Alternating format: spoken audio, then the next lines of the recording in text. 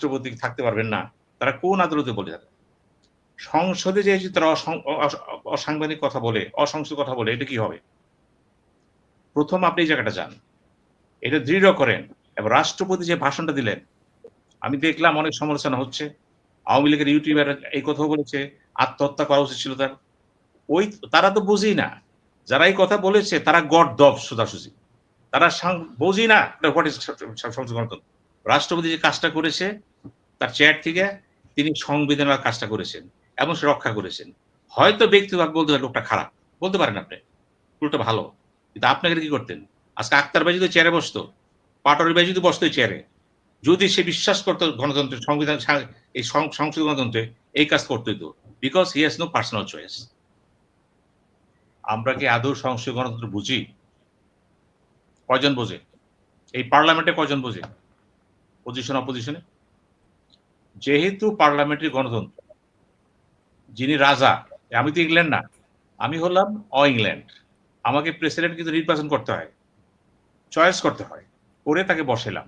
যে কাঠামোতে বসাইলাম দ্বাদশ সংশোধনী নিয়ে, এই যে প্রেসিডেন্ট, ওখানে কিন্তু তার ক্ষমতা কার্যবলী একদম সীমিত করা ছিল। এবং তিনি তার মেয়াদকালে কখনো এমন কোনো কাজ করবেন না যা ক্ষমতাসীন দলের ইচ্ছার বাইরে যায়। কারণ তিনি যাহা কিছু বলিবেন লিখিত অলিখিত সবকিছু হতে হবে ক্ষমতাসীন দলের মৌলিক কর্মসূচি ঘোষিত নীতিমালার আলোকে। This is called constitutional head of সাংবিধানিক সরকার, পার্লামেন্টারি গভর্নমেন্ট। এখন ওনার মেয়াদ ৫ বছর। জুলাই বিপ্লব কিন্তু সংবিধান বাতিল করতে পারেনি, স্থগিত করতে পারেনি। জুলাই বিপ্লব ১০৬ দিয়ে টিকে ছিল এবং এই রাষ্ট্রপতির আওতায় তারা শপথ নিয়েছিল। এনসিপি যে ৩ জন, তারাও আজকে ২ জন ছিল, তারাও ছিল এখানে। এটা মনে রাখতে হবে, যেহেতু সংবিধান ইনট্যাক্ট কন্টিনিউ করে গেল এবং এই সংবিধান আওতায় নির্বাচনটা হলো কিন্তু, এবং এই আদেশ কিন্তু এই আওতায় হয়েছিল কিন্তু, এবং আজকে যেগুলি পাশ করা হলো এই সংবিধান আওতায় পাশ করা হলো কিন্তু। এখন আপনি আসে, রাষ্ট্রপতিকে ইচ্ছা করলেই রাষ্ট্রপতি বিদায় করে দেওয়া যায়? হু সেইস? তাকে বিদায় করতে হলে সাংবিধানিক প্রক্রিয়ায় হয় তিনি ইনকম্পিটেন্স হবেন, স্বাস্থ্যগত হবে, অত গুরুতর কোনো কারণ থাকতে পারে, অথবা ইমপিচমেন্ট হতে পারে। একটা কারণ এখানে নাই কিন্তু, প্রত্যেকটা কারণ অনুপস্থিত। অতএব রাষ্ট্রপতিকে বৈধভাবে ক্ষমতাসীন দল সরাতে পারবে না। যেটা হয়েছিল একসময় দেখেন, বি চৌধুরী প্রেসিডেন্ট ছিলেন, তাকে কিন্তু যখন হুমকি দেওয়া হলো তোমাকে সরে দেওয়া হবে, ওই সময় কিন্তু হাওয়া ভবন প্রভাবিত ছিল এটা। ওই ইয়াং টার যারা ছিল, ওই ইয়াং ম্যান যারা ছিল, তারা কথা বলেছিল কিন্তু। আমার এখনো মনে আছে ইলিয়াস আলী, উনি সবচেয়ে বড় ভূমিকা রেখেছিলেন এখানে, রেখেছিলেন কিন্তু। ইলিয়াসকে আমি চিন্তা, আমার ছোট ভাইয়ের মধ্যে ছিল। আমি জিজ্ঞেস করি এর করলা কেন? যেহেতু করলাম কেন, একদল করি করতে হয়েছে। এখন আসে বি চৌধুরী কি করলেন, তাকে যাওয়ার জন্য প্রক্রিয়া শুরু করা হলো। এই প্রক্রিয়ার কারণে দেখলেন যদি থেকে যাই আমার অশান্তি হবে, অশান্তিতে যাতে না পড়ে সেই জন্য তিনি ইস্তফা দিলেন। খেয়াল করবেন, এই রাষ্ট্রপতিকে কিন্তু সরে যাওয়ার জন্য কোন প্রক্রিয়া ক্ষমতাসীন দল করে নেই। তারা বরঞ্চ রাষ্ট্রপতিকে নার্সিং করেছে, আদর করেছে, প্রোটেকশন দিয়েছে। কেন দিয়েছে সেটা ভিন্ন পরিস্থিতি। হয়তো তাদের কোনো বৃহত্তর কোনো ইকুয়েশন বা ম্যাথমেটিক্স থাকতে পারে। যেহেতু রাষ্ট্রপতিকে চলে যাওয়ার জন্য উনি বলেছিলেন আমি থাকবো না, আগেই বলেছিলেন কিন্তু, এই যে থাকবো না, হ্যাঁ এইটা একমাত্র পথ। There is no constitution Bangladesh, no provision তাকে সরাতে পারে কিনা যদি সংবিধান মানেন। এটা কিন্তু সব দল বিএনপি, সেই সময় জাতীয় পার্টি, আওয়ামী লীগ সব মিলেমিশে কাজটা করেছে কিন্তু। এখন যখন যে বলে রাষ্ট্রপতি থাকতে পারবেন না, তারা কোন আদালতে বলে?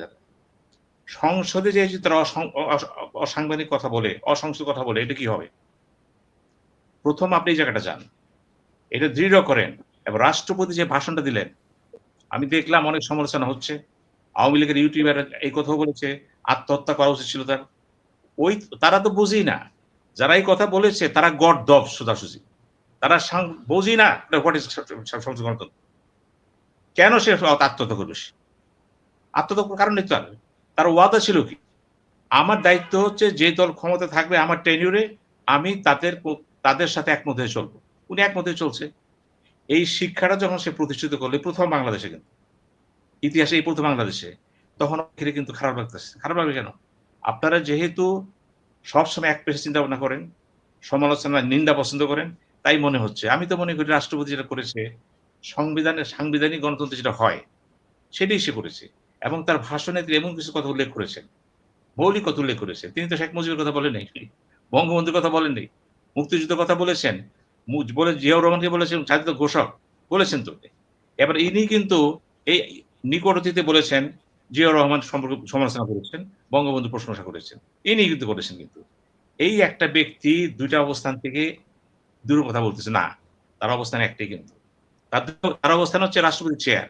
ওই চেয়ার ফলো করবে পার্টি ইন পাওয়ার কে আছে তাকে। এবং সেটাই সে করছে। এখানে তার নৈতিক কোনো অধঃপতন হয়নি কিন্তু।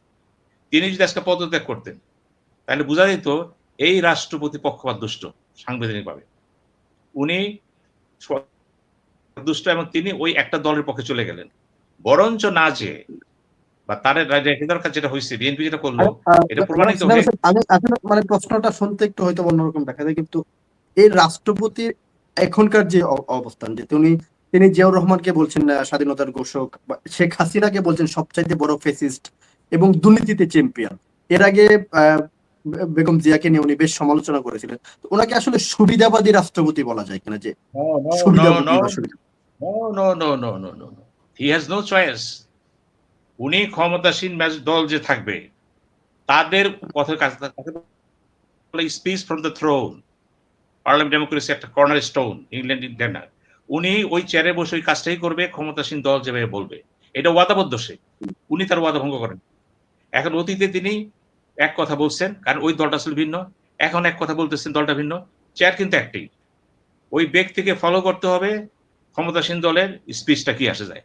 এখানে তাকে নৈতিকতাবিহীন, নৈতিকতা এগুলো বলা যায়, এগুলো সস্তা পলিটিক্যাল টক।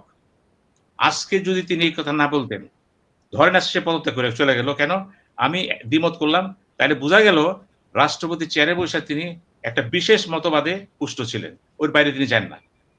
তিনি কিন্তু একই চেয়ারে বসে একই চেয়ারে একজনকে জাতির পিতা বললেন, একই চেয়ারে বসে বললেন মুক্তিযুদ্ধের মহানায়ক, একই চেয়ারে বললেন উনি উল্টাপাল্টা কাজ করছে, আবার একই চেয়ারে বলতেছেন ইনি মুক্তির ঘোষক। কারণ এই চেয়ারটা যখন এই সময়টা যাদের কথা বলতেছেন তারা ক্ষমতা এসে পড়ছে। উনি কি নিজের কথা বলতে পারবেন না? অতীতও বলেন নাই, এখনো পারবেন না, ভবিষ্যতেও পারবেন না। এই জিনিসটা আমাদেরকে বুঝতে হবে কিন্তু। এই ধৈর্য রাখতে হবে কিন্তু। যারা সংসদে আছেন বিরোধী দলে, আমি তাদেরও বলব, আপনারা বারবার চিন্তা করেন। এই চেয়ারটা যিনি বসবেন, তিনি কিন্তু অভিভাবক, রাষ্ট্র অভিভাবক কিন্তু সে। এবং তিনি নির্বাচিত হয়ে যান, তিনি কিন্তু দলে থাকেন না। তাকে পদত্যাগ করতে হয়। পদত্যাগ করতে কেন? উনি একদম নিরপেক্ষ হয়ে যান কিন্তু। এই যে নিরপেক্ষ চরিত্র, উনি সেই কথাটাই বলবেন যেই কথাটা ক্ষমতাসীন দল তাকে লিখে দিবে। একদম লিখে দিবে। তার নিজস্ব কোনো বক্তব্য নাই কিন্তু। একবার চেষ্টা করেছিল বিচ্ছেদ টিকে নাই। আর আবার তাও তার শাহাবুদ্দিন ক্ষমতাসীন দলের অন্যায়ের দায়ভার কি ওনার উপর আসবে কিনা, যেটা শেখ হাসিনা ফ্যাসিস্ট দুর্নীতিবাদ, সেটার দায়ভার বলে গেল। রাষ্ট্রপতির উপর আসবে না? আপনি এখন যে কথাটা বলতেছেন, এই কথাটার জন্যই কিন্তু জুলাই সনদে বলা হয়েছে রাষ্ট্রপতির পাওয়ার অ্যান্ড ফাংশন পরিবর্তন আসতে হবে। তার নিজস্ব কিছু সাথে থাকতে হবে। কারণ দ্বাদশ সংসদ যেটা হয়েছিল, তাকে কবর ও জিয়ারত বিরাট করা ছাড়া কোনো কাজ ছিল না। খেয়াল করবেন কিন্তু। ওই সংকটে এখন তিনি আসছে কিন্তু। আগে তাকে মুক্ত করেন। তার শৃঙ্খলিত, তিনি শৃঙ্খলিত। তাকে মুক্ত করে বলেন, তখন দেখেন সে কি করে। তাকে দিচ্ছেন না তো। তাকে পিঞ্জিরাবদ্ধ করে, তাকে কিন্তু পিঞ্জিরাবদ্ধ আগে করা হয়েছিল, এখন করা হয়েছে কিন্তু। এই পিঞ্জিরা দেওয়া অবস্থায় আপনি কেন তার কাছে এই বক্তব্য চাচ্ছেন, যে বক্তব্য তার বিবেকের? রাষ্ট্রপতির বিবেক কি? ক্ষমতাসীনদের বিবেক। নিজস্ব বিবেক থাকতে পারে না, থাকবে না। কারণ সংসদীয় গণতন্ত্র তাকে সেটা আমাদের দেশের প্রেক্ষাপটে সেটা রাখে নাই। সমালোচনা এখানে করেন। তবে হ্যাঁ, রাখে নাই বলেই তো আপনাকে বলা হয়েছে প্রেসিডেন্টের ক্ষমতা, পাওয়ার অ্যান্ড ফাংশন কিছুটা ব্যালেন্স অফ পাওয়ার করতে হবে। আমি এটার উপরে কিন্তু বইও লিখেছি। পরে প্রেসিডেন্টকে টেক ইনিশিয়েটিভ, ইংরেজিতে বই লেখা আছে আমার। এখন প্রশ্ন হচ্ছে কেন? প্রেসিডেন্ট এই অবস্থা আমরা চাই না তো। এই যে আপনি কথাটা বললেন, একই ব্যক্তি বলতেছে ফ্যাসিস্ট, আবার একই ব্যক্তি বলতেছে উই ফ্যাসিস্ট, উই ফ্যাসিস্ট। আপনার কাছে মনে হবে হ্যাঁ, হ্যাঁ, লোকটা কেমন করছে? না, লোকটা তাই করতেছে যা আপনার সংবিধান তাকে বাধ্য করছে। তার চেয়ারটা তো নিছক চেয়ার না। এইজন্যই বলছি, তার ভাষণটা যদি কেউ না শুনতে চায়, চলে যায়। যে প্রতিবাদটা করছেন আপনারা, এটা আপনারা করছেন, একটা প্রতিবাদ করছেন। কিন্তু সংসদীয় গণতন্ত্রে কিন্তু এটা বেমানান। আপনি করতে পারেন প্রতিবাদ। এটা বেমানান। কারণ এই প্রেসিডেন্টকে নিয়ে কিন্তু আপনারাও কিন্তু শপথ নিছিলেন। এই প্রেসিডেন্ট হাতে নির্বাচনটা হয়েছে কিন্তু। এবং সংবিধান কিন্তু স্থগিত করা হয়নি। আজকে বরঞ্চ যদি এটা করা হইতো, বিপরীতে কিন্তু বিএনপি বিপদে পড়তো। কারণ কোন গ্রাউন্ডে তাকে আপনি বের করে দেবেন? ছিল না তো। সমালোচনা হইতো অন্য অ্যাঙ্গেলে। আমি মনে করি এখন পর্যন্ত যা হইছে, জামাত ইসলামকে মনে করতে হবে, এই দৃশ্যের জন্যই তো আমরা বলতেছিলাম জুলাই সনদে রাষ্ট্রপতির পাওয়ার ভাঙসা পরিবর্তন হবে। প্রমাণ হয়ে গেল তো। আজকে তো জ্বলন্ত প্রমাণ হয়ে গেল জুলাই সনদে কেন বলা হয়েছিল check and balance between president and prime minister. This is very important.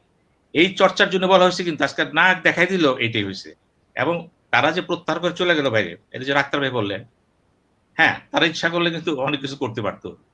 তারা এই যে 78 জন লোক মেম্বার অফ পার্লামেন্ট চিৎকার করা শুরু করতো, রাষ্ট্রপতি দিতে পারতো না কিন্তু। এম্বারেসড হয়ে যেত কিন্তু। এটা তারা পারে নাই। এই ট্যাকটিকটা তারা পারে নাই কেন? পারত। আমি বলব এইখানে তাদের গভীর রাজনৈতিক দর্শনের অভাব ছিল। অবশ্যই অভাব ছিল। তারা যদি মনে করতে ডিস্টার্ব করব, দিব না, পারত তারা। কিন্তু তারা কি করলো? একটা হেয়ালিপন ভাব করে তা বাইরে চলে গেল। কি লাভ হলো কি? রাষ্ট্রপতি সুন্দর বক্তৃতা দিয়ে চলে গেল। সেগুলো প্রমাণ হয়ে গেল, ঠিক হয়ে গেছে। এই জিনিসটা কিন্তু সংসদীয় গণতন্ত্রের ইতিহাসটাকে নড়াচড়া চেষ্টা করবে। শেষ করতে হবে। Bad instance. এটা ব্যাড ইনস্ট্যান্স। রাষ্ট্রপতির ভাইসরনটা যদি বলেছে, আমি বলব রাষ্ট্রপতি যে কাজটা করেছে তার চেয়ার থেকে তিনি সংবিধানের কাজটা করেছেন এবং সে রক্ষা করেছেন। হয়তো ব্যক্তিগত বলতে পারেন লোকটা খারাপ। বলতে পারেন আপনি। উল্টো ভালো। কিন্তু আপনাকে কি করতেন? আজকে আক্তার ভাই যদি চেয়ারে বসতো, পাটোয়ারি ভাই যদি বসতো এই চেয়ারে, যদি সে বিশ্বাস করতো গণতন্ত্রের সংবিধান এই সংসদীয় গণতন্ত্রে, এই কাজ করতই তো। Because he has no personal choice.